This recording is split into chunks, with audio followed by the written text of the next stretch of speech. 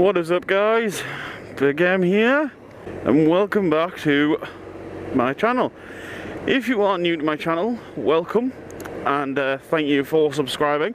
And for everyone else who's been here for a while, thank you for your continued support. So I'm loving where this channel's going at the moment, and I've been getting some good responses from my last couple of videos, which obviously I've started doing something a little bit new with the musical edits at the end and things, which is a lot of fun for me to do as well. But I was asked a question on Discord why I started writing, which for myself was a convenience of what I'm doing right now, which is going to work. So you guys are actually getting sort of a commuting vlog. I was out of work at the time, and with being in the UK and things, I was on something called Job Seekers Allowance, which basically meant while looking for work, I got a little bit of money off the government. But I didn't have any sort of transport, so I was always using public transport. Don't get me wrong, in the UK we do, especially in Newcastle, we've got great public transport routes, but everything takes so long, and they're not that reliable, to be honest. So when it comes to looking for work and things like that, it was hard to do, because obviously I had to make sure that I was able to get there through public transport and things. So I would only look in certain areas that I could make sure I could get to on public transport within decent time. But I ended up doing a course through the job centre for, originally for Nissan. It was a 6-week course. They paid for the transport there and back, so I didn't really mind it, but it was about a 2-hour bus ride there and obviously a 2-hour bus ride back. So it was a lot of travelling in a day.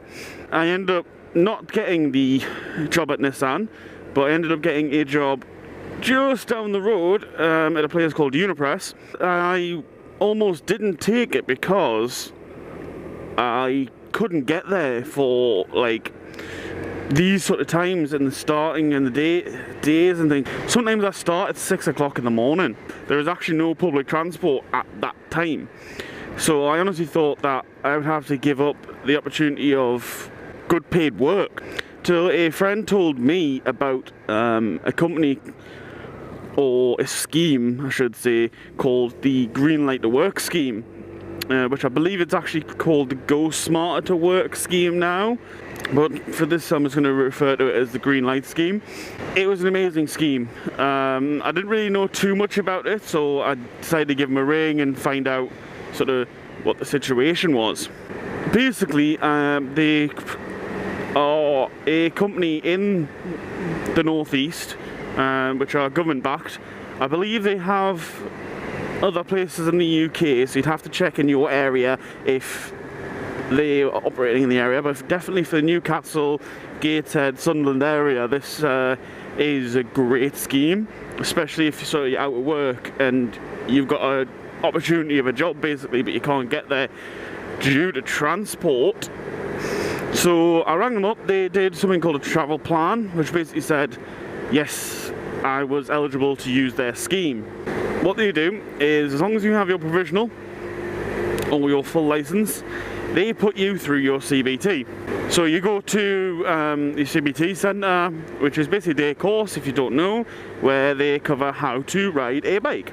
And you will do it on a ped with them, because that's all the scheme have. They only deal with scooters, which is also another reason why I'm still on scooters.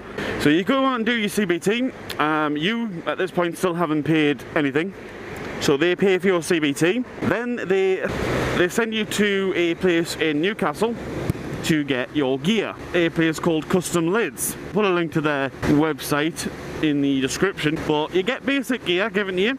It's about 200 quid's worth of gear for nothing. Once you have got your gear and you've passed your CBT, they will deliver the bike to you. So what you're doing is you're actually going to get a bike on lease. It lasts for 3 months, which is the sort of time that they expect you within to be settled in your job. and to have a bit of money behind you so you can either found transport to work, either through colleagues and car shares and things like that, or like myself, you buy yourself a bike, because obviously your CBT and the gear is yours after the scheme. It is £15 a week, so 60 quid a month, which for the bike it's pretty damn good. From my experience, the bikes that they have it's a Lex model. I believe it's an FMX. I'll put a picture up on the screen of what it was. They deliver it to your house. You pay for 2 weeks, so your first 2 weeks are paid then, and you set up a direct debit for them for 15 quid a week, which will come out after the first 2 weeks, and then the bike is yours to just put petrol in. Your £15 covers your bike insurance, your bike tax, the MOT, servicing and all that for the bike when you have it.